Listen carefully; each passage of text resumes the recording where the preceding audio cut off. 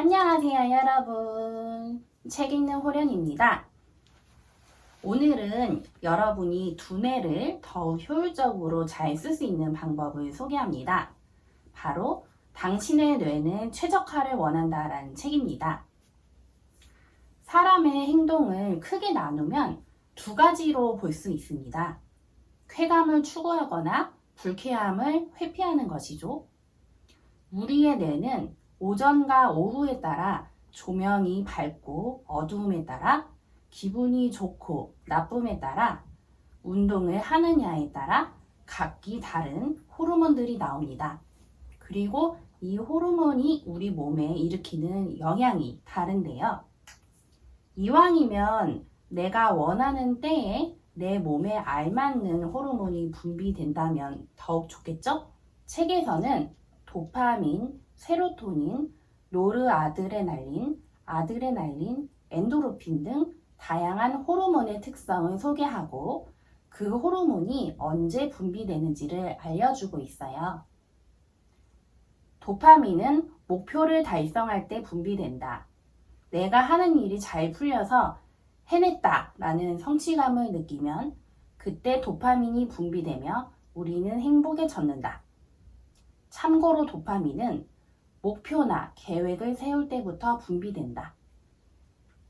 도파민은 스스로 분명한 목표를 설정하고 그것을 위해 노력하거나 연구하는 과정에서 나온다.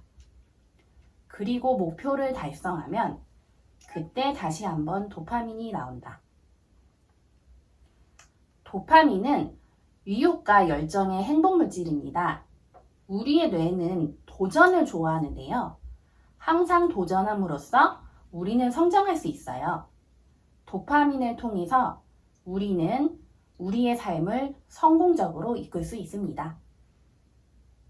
이 도파민은 스스로 분명한 목표를 정하고 그것을 위해 노력하거나 연구하는 과정에서 나옵니다.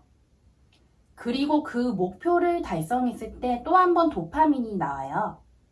우리가 흔히 목표를 또렷하게 상상하면 그 목표를 이룰 가능성이 높아진다고 하잖아요.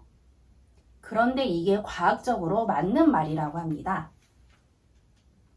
구체적인 상상이 도파민을 분비시키고 동기부여를 해서 성공 확률을 높이기 때문이에요. 내가 원하는 긍정적인 이미지를 동영상으로 만들 수 있을 정도로 구체적으로 상상해 보라고 말합니다. 또 이 목표를 자주 확인합니다. 틈날 때마다 목표를 쓴 종이를 본다거나 보물 지도를 만들어 보는 것도 도움이 됩니다. 목표를 달성한 자신을 명확하게 상상하면 동기부여의 근원인 도파민이 분비가 되죠. 그리고 이것을 즐겁게 실행해 나가면 매우 좋은데요. 왜냐하면 우리는 즐기면서 실행할 때 이 도파민이 팍팍 나오기 때문이에요. 인간의 뇌는 쾌감 자극을 받으면 그 자극을 또 원하게 되고 불쾌한 자극을 받으면 그걸 피하려는 성질이 있기 때문이죠. 그래서 즐거운 마음으로 할 땐 도파민이 분비되면서 이해와 습득이 잘 되고 기억력이 좋아지는 효과가 있습니다. 무슨 일이든 즐기면서 하는 것이 성공 비결이라는 것도 이 도파민 때문이라고 해요. 도파민의 보수 사이클은 목표를 달성한 뒤에 더 큰 목표를 달성하여 더 큰 쾌감을 얻는 시스템이다. 날마다 같은 생활을 계속하면 뇌는 행복하다고 느끼지 않는다. 종종 아무 부족함이 없는 생활을 하던 사람이 왜 그런 일을? 이라는 말을 하는데 뇌과학적으로 말하자면 아무 부족함이 없는 생활에서는 도파민이 나오지 않기 때문이다. 도파민과 달리 하기 싫은 것을 억지로 할 때는 우리의 뇌가 불쾌한 자극으로 생각해서 노르아드레날린이 분비됩니다. 노르아드레날린은 기억력과 집중력에 도움이 되는데요. 이 호르몬은 공포나 불안에 의해 분비되며 주의 집중력과 각성도가 올라갑니다. 단기적으로 최대 효과를 낼 때 도움되는 물질이죠. 하지만 이 노르아드레날린이 너무 오래 지속적으로 나오면 건강에 해롭습니다. 우울증에 걸릴 수도 있어요. 중요한 회의를 앞두고 긴장되면 아드레날린과 노르아드레날린이 분비된다. 그 결과 집중력과 근력이 향상되어 몸과 마음이 전투태세로 변한다. 심장이 빨리 뛰는 것은 긴장했다는 증거라기보다는 뇌와 몸이 최고의 성과를 발휘할 수 있는 상태라고 이해해야 한다. 그러니 중요한 회의 전에 가슴이 두근거린다면 평소보다 훨씬 잘할 징조다라고, 위기에 처했을 때 가슴이 두근거린다면 위기를 극복할 징조다라고 긍정적으로 해석하자. 가슴이 두근거리는 것은 성공한다는 증거. 이 말을 주문처럼 마음속으로 중얼거리기 바란다. 또한 아드레날린은 흥분하거나 분노할 때 나오는 승부 물질인데요. 이 아드레날린은 신체 기능을 순간적으로 올려줍니다. 재밌는 점이 배에 힘을 주고 소리를 크게 지르면 아드레날린이 나온다고 해요. 그래서 운동선수들이 경기를 시작하기 전에 크게 소리를 지를 때가 있잖아요. 그때 이 아드레날린이 나와서 운동을 잘하게 되는데 도움이 되는 거죠. 이 아드레날린이 분비되면 스릴이나 흥분으로 심장이 두근거리는데요. 아드레날린이 계속 분비되어서 밤이 되어도 흥분이 지속되면 휴식하는데 상당히 곤란하겠죠? 그래서 밤에는 이 아드레날린 호르몬이 분비되는 스위치를 잘 끄고 편히 휴식을 취하는 게 중요해요. 이와 함께 이 책에 등장하는 다른 호르몬들 이야기도 상당히 재밌습니다. 책에서는 전체적으로 뇌내 물질의 잠재력을 끌어내는 업무 방식과 생활 습관에 대해 설명하고 있는데요. 예를 들면 세로토닌이나 도파민이 잘 나오는 오전에는 논리적인 작업이 적합하고 오후나 밤에는 창조적인 작업이 더 적합합니다. 왜냐하면 오후에는 아세틸콜린이 활발하게 나오기 때문입니다. 이 아세틸콜린이 분비가 되면 기발한 아이디어를 더 잘 낼 수 있고 창조적인 활동에 유리합니다. 그래서 예술가들이 밤에 활동이 왕성한 까닭도 이 뇌 호르몬과 연관이 있어요.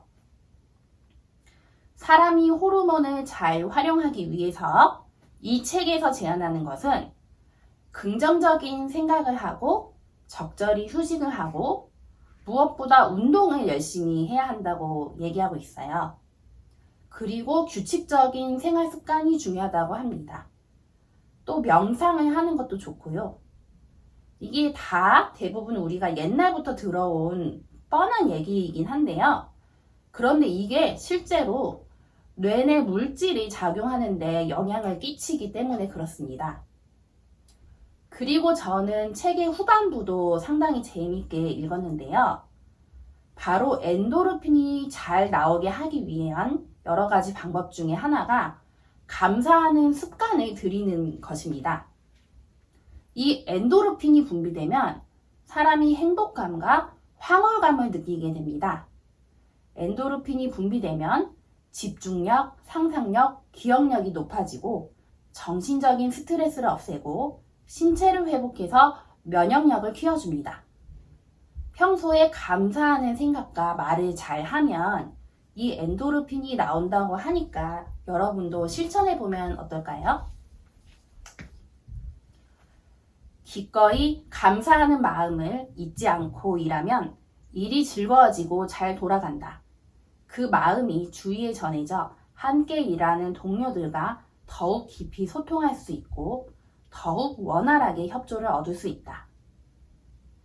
당연히 모든 것이 순조롭게 진행되고 더욱더 일이 즐거워진다. 결과적으로 감사와 엔도르핀의 성공 소용돌이가 일어나는 것이다. 일을 처음 맡았을 때 기꺼이 수락하느냐, 마지못해 수락하느냐, 단지 그 사소한 차이가 그 일의 명암을 완전히 가른다. 지금 하는 일을 좋아할 수가 없다거나 일이 재미없다는 사람도 있을 것이다.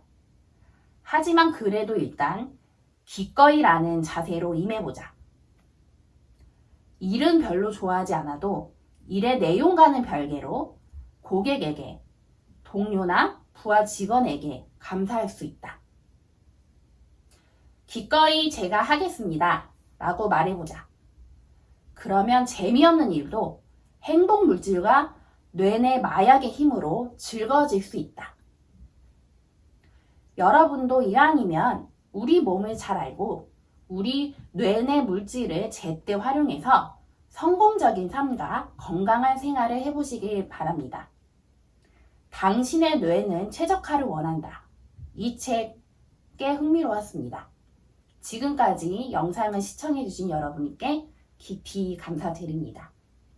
그러면 다음에 또 다른 책으로 여러분을 찾아뵙겠습니다. 책 읽는 호령이었습니다. 안녕!